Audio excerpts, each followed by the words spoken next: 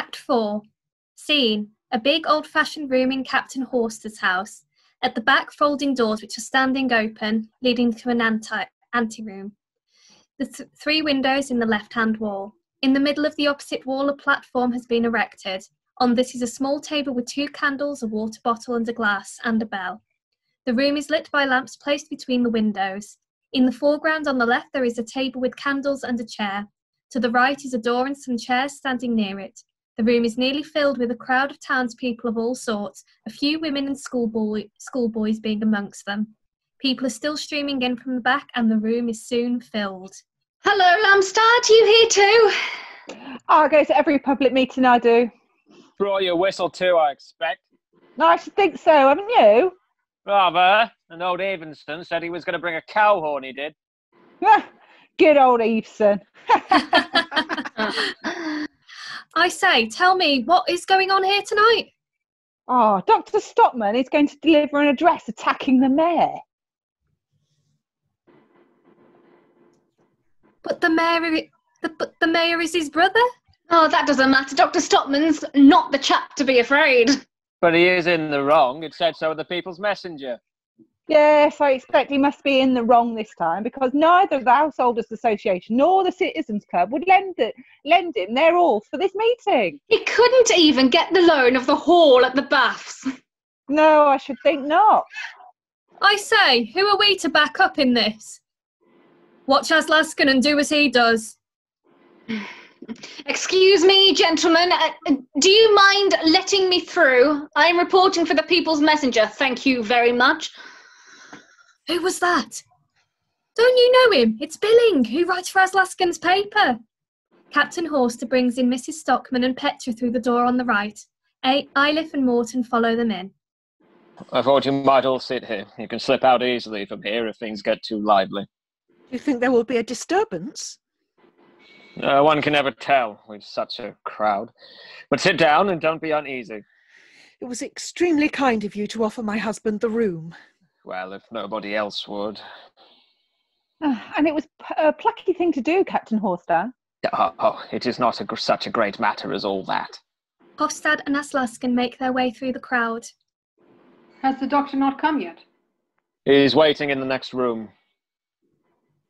Look, here comes the mayor. Yes, I'm damned if he hasn't come after all. Peter Stockmann makes his way gradually through the crowd, bows courteously and takes up a position by the wall on the left. Shortly afterwards, Dr. Stockmann comes in by the right-hand door. He is dressed in a black frock coat with a white tie. There is a little feeble applause which is hushed down. Silence is obtained. How do you feel, Catherine? All right, thank you. Be sure not to lose your temper, Thomas. Oh, I know how to control myself. He looks at his watch, steps onto the platform and bows. It is 1:15. So, I will begin. He takes his letter out of his pocket. I think we ought to elect a chairman first. No, it is quite unnecessary. Yes. Yes. Yes, definitely.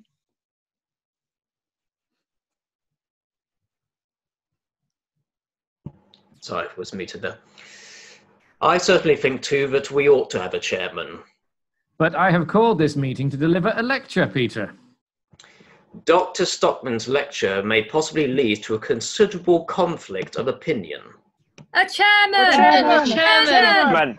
The general wish of the meeting seems to be that a chairman should be elected. Very well. Let the meeting have its way. Will the mayor be good enough to undertake the task? Bravo! Bravo! For various reasons, which you will easily understand, I must beg to be excused. Fortunately, we have a man amongst us who I think will be acceptable to you all. I refer to the President of the Householders Association, Mr. Aslaksen. Yes! Aslaksen! Bravo! Dr. Stockmann takes up his report and walks up and down the platform. Since my fellow citizens choose to entrust me with this duty, I cannot refuse. Loud applause. Aslaksen mounts the platform. Mr. Aslaksen was elected with enthusiasm. And now, as I am in this position, I should like to say a few brief words. I am a quiet and peaceable man who believes in discreet moderation and in moderate discretion. All my friends can bear witness to that. That's right. That's right. That's right. Yes. That's right. I have learned in the school of life and experience that moderation is the most valuable virtue a citizen can possess. Hear, hear. And moreover, that discretion and moderation are what enable a man to be of most service to the community. I would therefore suggest to our esteemed fellow citizen who has called this meeting that he should strive to keep strictly within the bounds of moderation. 3 cheers for the Moderation Society. Shame. Shh. No interruptions, gentlemen, please. Does anyone wish to make any remarks? Mr. Chairman. The Mayor will address the meeting. In consideration of the close relationship in which, as you all know, I stand to the present medical officer of the Baths, I should have preferred not to speak this evening. But my official position with regard to the Baths and my solicitude for the vital interests of the town compel me to bring forward a motion.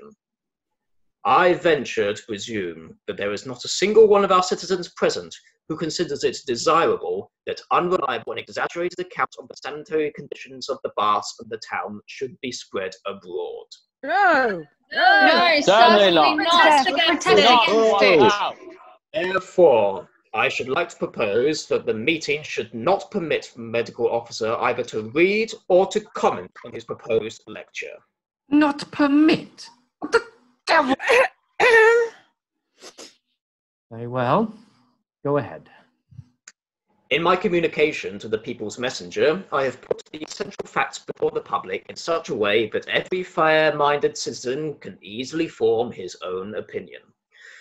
From it, you will see that the main result of a medical officer's proposals, apart from their constituting a vote of censure on the leading men of the town, would be to saddle the ratepayers with an unnecessary expenditure of at least some thousands of pounds. Boo! We don't like this. Silence, please, gentlemen. I beg to support the Mayor's motion. I quite agree with him that there's something behind this agitation started by the doctor. He talks about the Baths, but it is a revolution he's aiming at. He wants to get the administration of the town put into new hands. No one doubts the honesty of the doctor's intentions. No one will suggest that there can be any two opinions as to that. I myself am a believer in self-government for the people, provided it does not fall too heavily on the ratepayers. But that would be the case here, and that is why I will see Dr. Stockmann damned. I beg your pardon. Before I go with him in the matter, you can pay too dearly for a thing sometimes. That is my opinion. Yeah. Yay! Woo! We like this. I too feel called upon to explain my position. Dr. Stockmann's agitation appeared to be gaining a certain amount of sympathy at first, so I supported it as impartially as I could. But presently, we had reason to suspect that we had allowed ourselves to be misled by misrepresentation of the state of affairs. Misrepresentation? Well, let us say a not entirely untrustworthy representation. The Mayor's statement has proved that I hope no one here has any doubt as to my liberal principles. The attitude of the People's Messenger towards important political questions is well known to everyone. But the advice of experienced and thoughtful men has convinced me that in purely local matters, a newspaper ought to proceed with a certain amount of caution. I entirely agree with the speaker. And in the matter before us, it is now an undoubted fact that Dr. Stockmann has public opinion against him. Now, what is an editor's first and most obvious duty, gentlemen? Is it not to work in harmony with his readers? Has he not received a sort of tacit mandate to work persistently and assiduously for the welfare of those whose opinions he represents? Or is it possible I am mistaken in that? No. Yes, correct. It has cost me a severe struggle to break with a man in whose house I have been lately a frequent guest. A man who, till today, has been able to provide himself on the undivided goodwill of his fellow citizens. A man whose only, or at all any events, whose essential failing is that he is swayed by his heart rather than his head. That is Yeah, true. That is true. Bravo, Stockmann. Agree. But my duty to the community obliged me to break with him. And there is another consideration that impels me to oppose him, and as far as possible to arrest him on the perilous course he has adopted. That is, consideration for his family. Please stick to the water supply and drainage. Consideration, I repeat, for his wife and his children, for whom he has made no provision. Is that us, Mother? Shh. I will now put the mayor's proposition to the vote. There is no necessity. Tonight I have no intention of dealing with all that filth down at the baths. No, I have something quite different to say to you. What is coming now? I am a ratepayer, and therefore I have a right to speak too. And my entire firm, inconceivable opinion is... Be quiet at the back. He's drunk. Turn him out. Turn him out. They turn him out.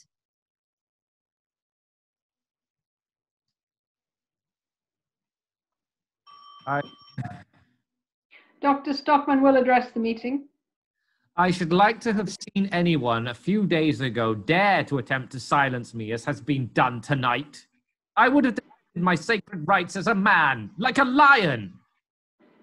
Now it is all one to me.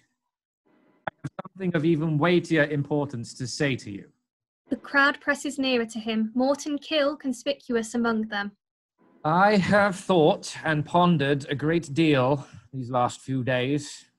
There was such a variety of things that in the end my head seemed too full to hold them. But I got them clear in my mind at last, and then I saw the whole situation lucidly. And that is why I'm standing here tonight. I have a great revelation to make to you, my fellow citizens. I will impart to you a discovery of a far wider scope than the trifling matter that our water supply is poisoned and our medicinal baths are standing on pesticiferous soil. Don't talk about the Don't give bats. over about the bloody... He won't hear you. None of that. I told you that what I want to speak about is the great discovery I have made lately. The discovery that all the sources of our moral life are poisoned and that the whole fabric of our civic community is founded on the pestiferous soil of falsehood. What? What's that to say? None of that. What is that? Such an insinuation. I call upon the speaker to moderate his language. I have always loved my native town as a man only can love the home of his youthful days. I was not old when I went away from here. An exile, longing and memories cast as it were an additional halo over both the town and its inhabitants. And there I stayed for many years in a horrible hole far away up north. When I came into contact with some of the people that lived scattered about among the rocks, I often thought it would have been more service to the poor half-starved creatures if a veterinary doctor had been sent up there instead of a man like me. Point. Need a vet, don't we?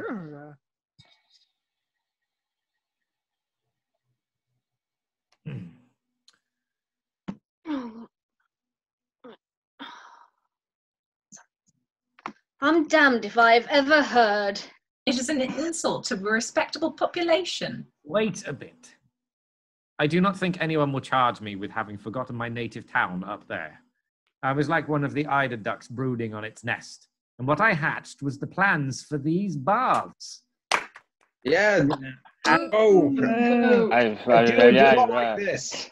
Then, when fate at last decreed for me the great happiness of coming home again, I assure you, gentlemen, I thought I had nothing more in the world to wish for.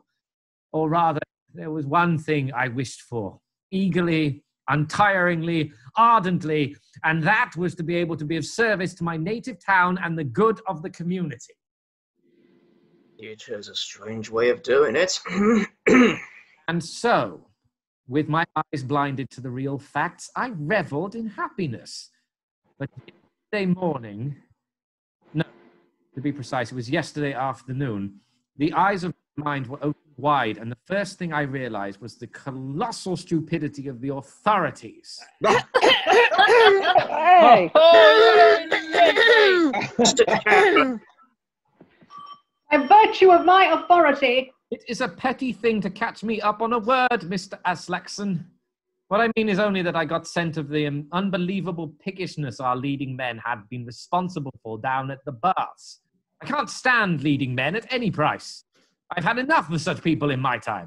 They're like billy goats on a young plantation. They do mischief everywhere. They stand in a free man's way, whichever way he turns. What I should like best would be to see them exterminated like any other vermin. Oh, nice. Chairman, can we allow such expressions to pass? Doctor, I cannot understand how it is that I have only now acquired a clear conception of what these gentry are, when I had almost daily before my eyes in this town such an excellent specimen of them.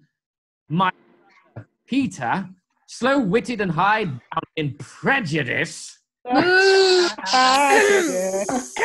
it me you're talking about? My name's Peterson, all right. But devil take me. Turn out that drunk Get out, man. come on Turn again. him Get out. out. We don't like him. Who was that person? I don't know who he is, Mr. Mayor. He doesn't belong here. I expect he's a navvy from over he had obviously had too much beer. Proceed, Doctor, but please strive to be moderate in your language. Very well, gentlemen. I will say no more about our leading men.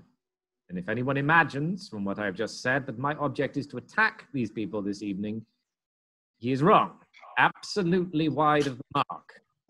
For I cherish the comforting conviction that these parasites, or these venerable relics of a dying school of thought, are most admirably paving the way for their own extinction. They need no doctor's help to hasten their end, nor is it folk of that kind who constitute the most pressing danger to the community. It is not they who are most instrumental in poisoning the sources of our moral life and infecting the ground on which we stand. It is not they who are the most dangerous enemies of truth and freedom amongst us. Who then? Who is it? Name, Give us a name. Give someone. I shall name them. That is precisely the great discovery I made yesterday. The dangerous enemy of truth and freedom amongst us is the compact majority. Yes, the damned compact liberal majority. That is it. Now you know.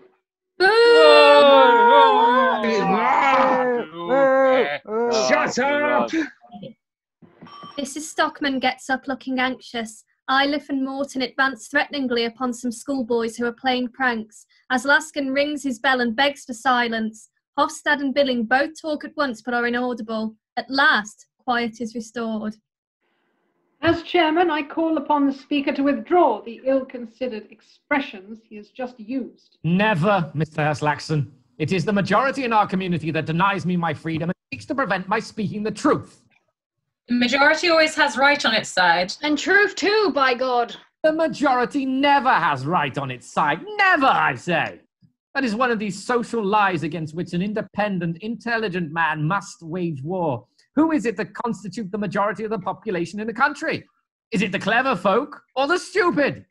I don't imagine you will dispute the fact that at present the stupid people are in an absolutely overwhelming majority all the world over. But good Lord, you can never pretend that it is right that the stupid folk should govern the clever ones. Oh, no. Oh, that's like that, You can shout me down, I know, but you cannot answer me. The majority has might on its side, unfortunately, but right it has not. I am in the right. I and a few other scattered individuals. The minority is always in the right. Yeah. I just talking. No, I don't like this. Aha! So Dr. Stockmann has become an aristocrat since the day before yesterday. I have already said that I don't intend to waste a word on the puny, narrow-chested, short-winded crew whom we are leaving astern. Pulsating life no longer concerns itself with them. I'm thinking of the few, the scattered few amongst us who have absorbed new and vigorous truths. Such men stand, as it were, at the outpost so far ahead that the compact majority has not yet been able to come up with them. And there they are fighting for truths that are too newly born into the world of consciousness to have any considerable number of people on their side as yet. So the doctor is a revolutionary now. Good heavens! Of course I am, Mr. Hovstad. I propose to raise a revolution against the lie that the majority has the monopoly of the truth. What sort of truths are they that the majority usually supports? They are the truths that are of such advanced age that they are beginning to break up. And if a truth is as old as that, it is also in a way to become a lie, gentlemen.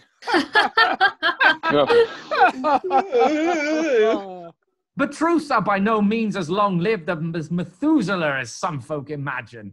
A normally constituted truth lives, let us say, as a rule, 17 or 18 or at most 20 years, seldom longer. But truths, as aged as they are, always worn frightfully thin. And nevertheless, it is only then that the majority recognizes them and recommends them to the community as wholesome moral nourishment. There is no great nutritional value in that sort of fare, I can assure you. And as a doctor, I ought to know. These majority truths are like last year's cured meat, like rancid, tainted ham, and they are the origin of the moral scurvy that is rampant in our communities. It appears to me that the speaker's wandering a long way from his subject. I quite agree with the chairman. Have you gone clean out of your senses, Peter? I'm sticking closely to my subject as I can, for my subject is precisely this, that it is the masses, the majority, this infernal, compact majority that poisons the sources of our moral life and infects the ground we stand on. And all this because the great broad-minded majority of the people is prudent enough to show deference only to well-ascertained and well-approved truths. Ah, my good Mr. Hovstad, don't talk nonsense about well-ascertained truths. The truths of which the masses now approve are the very truths that the fighters at the outpost held to in the days of our grandfathers. We fighters at the outpost nowadays no longer approve of them. And I do not believe there is any other well-ascertained truth except this, that no community can live a healthy life if it is nourished only on such old marrowless truths. But instead of standing there using vague generalities, it would be interesting if you would tell us what these old marrowless truths are that we nourish on. Woo! Ooh, yes. Yes, good point. But to begin with, I will confine myself to one well-approved truth, which at bottom is a foul lie, but upon which, nevertheless, Mr. Hovstad and the people's messenger and all the messenger's supporters are nourished.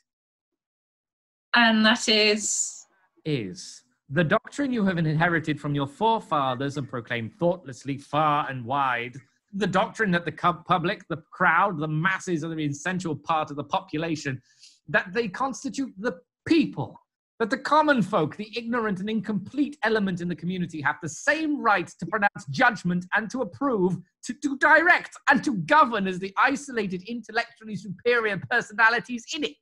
Well, damn me, if ever I... Hello, citizens, take good note of that. Oh, we're Oh, not the people. not the people. We've got big brains. Yeah, We're come smart. on, give over. Turn out the fellow for talking such rubbish. Out Out with with him. Yeah, get him You're out. on. Blow your horn, Evenson. A horn is blown loudly, amidst hisses and an angry uproar. Hey, Be reasonable. Can't you stand hearing the voice of truth for once? I don't in the least expect you to agree with me all at once, but I must say I did expect Mr. Hovstad to admit I was right when he had recovered his composure a little. He claims to be a free thinker. Oh, Free that's thinker? I don't know about that. Did he say Hovstad, that? a free thinker. I'm a free thinker. Prove it, Dr. Stockmann. What have I said so in print? No, confound it, you are right. You have never had the courage to. Well, I won't put you in a hole, Mr. Hovstad. Let us say it is that I am the free thinker then. I'm going to prove to you scientifically that the people's messenger leads you by the nose in a shameful manner when it tells you that that the common people, the crowd, the masses are the real essence of the people. That it is only a newspaper lie, I tell you. The common people are nothing more than the raw material of which a people is made. Oh, bollocks. Oh. Isn't there an enormous difference between a well-bred and an ill-bred strain of animals? Take, for instance, a common bar-door hen. What sort of eating do you get from a shriveled old scrag of a fowl like that? Not much, do you? And what sort of eggs does it lay? A fairly good crow or a raven can lay pretty nearly as good an egg. But take a well-bred Spanish or Japanese hen, or a good pheasant or a turkey, then you'll see the difference. Or take dogs with whom we humans are on such intimate terms. Think first of an ordinary common cur. I mean one of the horrible, coarse-haired, low-bred curs that do nothing but run about the streets and befoul the walls of the houses. Compare one of those curs with a poodle whose sires for many generations have been bred in a gentleman's house where they have had the best of food and had the opportunity of hearing soft voices and music. Do you not think that the poodle's brain is developed to quite a different degree from that of the cur? Of course it is. It is puppies of well-bred poodles like that showmen train to do incredibly clever tricks. Things that a common cur could never learn to do, even if it stood on its head. Okay, here we go. We're dogs now, are we? Are you going to make out we are dogs now? We are not animals, Doctor. Yes, but bless my soul, we are, my friend. It is true we are the finest animals anyone could wish for, but even among us, exceptionally fine animals are rare. There is a tremendous difference between poodle men and cur men. And the amusing part of it is that Mr. Hovstad quite agrees with me as long as it is a question of four-footed animals. Yes, it is true enough as far as they're concerned. Very well. But as soon as I extend the principle and apply it to two-legged animals, Mr. Hovstad stops short. He no longer dares to think independently or to pursue his ideas to their logical conclusion. So he turns the whole theory upside down and proclaims in the People's Messenger that it is the barn door hens and street curs that are the finest specimens in the menagerie. But that is always the way, as long as a man retains the traces of common origin and has not worked his way up to intellectual distinction. I lay no claim to any sort of distinction. I'm the son of humble country folk, and I am proud of that stock I come from. It's rooted deep amongst the common people he insults. Bravo, bravo, Hovstad. bravo, Hovstad. The common people, I mean, are not only to be found low down in the social scale. They crawl and swarm all around us, even in the highest social positions. You have only to look at your own fine, distinguished mayor. My brother Peter is every bit as plebeian as anyone that walks in two shoes. I protest against personal allusions of this kind. And that, not because he is like myself, descended from some old rascal of a pirate from Pomerania or thereabouts, because that is who we are descended from. An absurd legend. I deny it. But because he thinks what his superiors think and holds the same opinions as they, people who do that are, intellectually speaking, common people. And why my magnificent brother Peter is in reality so very far from any distinction, and consequently also so far from being liberal-minded. Mr. Chairman! So is it only the distinguished men that are liberal heart-minded in this country? We're learning something quite new. That is part of my new discovery too. And another part of it is that broad-mindedness is almost precisely the same thing as morality. That is why I maintain that it is absolutely inexcusable in the People's Messenger to proclaim day in and day out the false doctrine that it is the masses, the crowd, the compact majority that have the monopoly of broad-mindedness and morality. And that vice and corruption and every kind of intellectual depravity are the result of culture, just as all the filth that is draining into our baths is the result of the tanneries up at Moladol. Whoa! Sure What's on about that? Lies. And yet, this same People's Messenger can go on preaching that the masses ought to be elevated to higher conditions of life. But bless my soul, if the messenger's teaching is to be descended upon, this very raising up the masses would mean nothing more or less than setting them straight away upon the paths of depravity. Happily, the theory that culture demoralizes is only an old falsehood that our forefathers believed in and we have inherited. No, it is ignorance, poverty, ugly conditions of life that do the devil's work. In a house which does not get aired and swept every day, my wife Katrine maintains that the floor ought to be scrubbed as well, but that is a debatable question. In such a house, let me tell you, people will lose within 2 or 3 years the power of thinking or acting in a moral manner. Lack of oxygen weakens the conscience. And there must be a plentiful lack of oxygen in very many houses in this town, I should think, judging from the fact that the whole compact majority can be unconscientious enough to wish to build the town's prosperity on a quagmire of falsehood and deceit. We cannot allow such a grave accusation to be flung at a citizen community. I move that the chairman direct the speaker to sit down. Yeah. Make him sit down.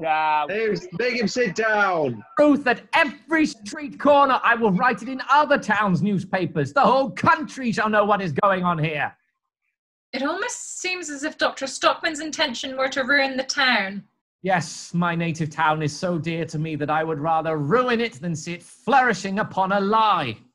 This is really serious. Yeah. A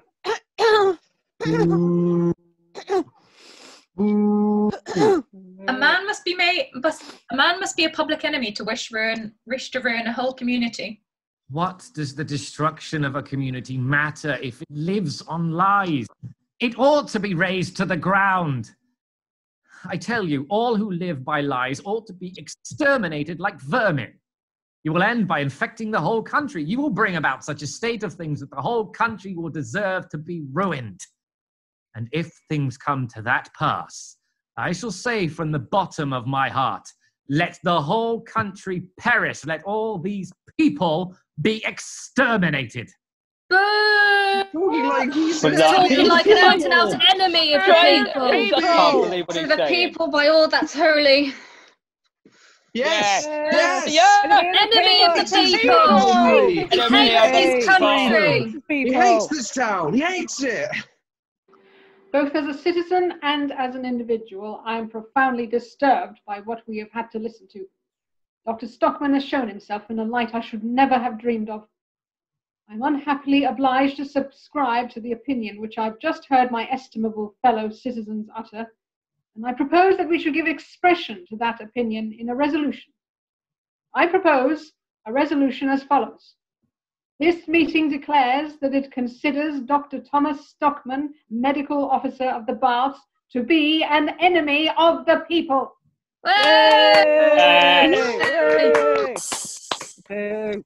Oh, you fools, I tell you that... We cannot hear you now, Doctor. A formal vote is about to be taken, but out of regard for personal feelings, it shall be by ballot and not verbal. Have you any clean paper, Mr. Billing? I have both blue and white here. That will do nicely. We shall get on more quickly that way. Cut it up into small strips. Yes, that's it. Blue means no, white means yes. I will come round myself and collect the votes. Peter Stockmann leaves the hall. Aslaksen and one or two others go round the room with the slips of paper in their hats. I say, what has come to the doctor? What are we to think of it? Oh, you know how headstrong he is. Oh, Billy, you go to the house. Have you ever noticed if the fellow drinks? Well, I'm hanged if I know what to say. There are always spirits on the table when you go. I rather think he goes quite off his head sometimes. I wonder if there is any madness in his family. I shouldn't wonder if there were. No, it is nothing more than sheer malice. He wants to get even with somebody for something or other. Well, certainly he suggested a rise in his salary on one occasion lately and did not get it. But it's easy to understand how it There you is. go. I want a blue one, I do, and I want a white one too. Oh, for God's it's that sake. tongue Again. punch Get him out again. of here. Get him out. Kick. Well, Stockmann, do you see what these monkey tricks of yours lead to? I have done my duty. What was that you said about tanneries at Mulladal? You heard well enough. They were the source of all the filth. My tannery too? Unfortunately, your tannery is by far the worst. Are you going to put that in the papers? I shall conceal nothing. That may cost you dearly, Stockmann. He goes out. Well, Captain, so you lend your house to enemies of the people? I imagine I can do what I like with my own possessions, Mr. Vic. Then you can have no objection to my doing the same with mine. What do you mean, sir? You shall hear from me in the morning. He turns his back on him and moves off. Was that not your owner, Captain Horster? Yes, that was Mr. Vic, the ship owner. Gentlemen, allow me to announce the result. By the votes of everyone here except one person. That is the drunk chap. By the votes of everyone here except a tipsy man, this meeting of citizens declares Dr. Thomas Stockmann to be an enemy of the people. Whoa! Yes! Three cheers for our ancient and honourable citizen community. Three cheers for our able and energetic mayor who has so loyally suppressed the promptings of family feeling. Absolutely, yes. Meeting is dissolved. Three cheers for the chairman.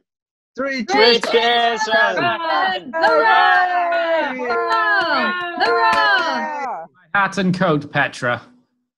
Captain, have you room on your ship for passengers to the New World? For you and yours, we will make room, Doctor. Good.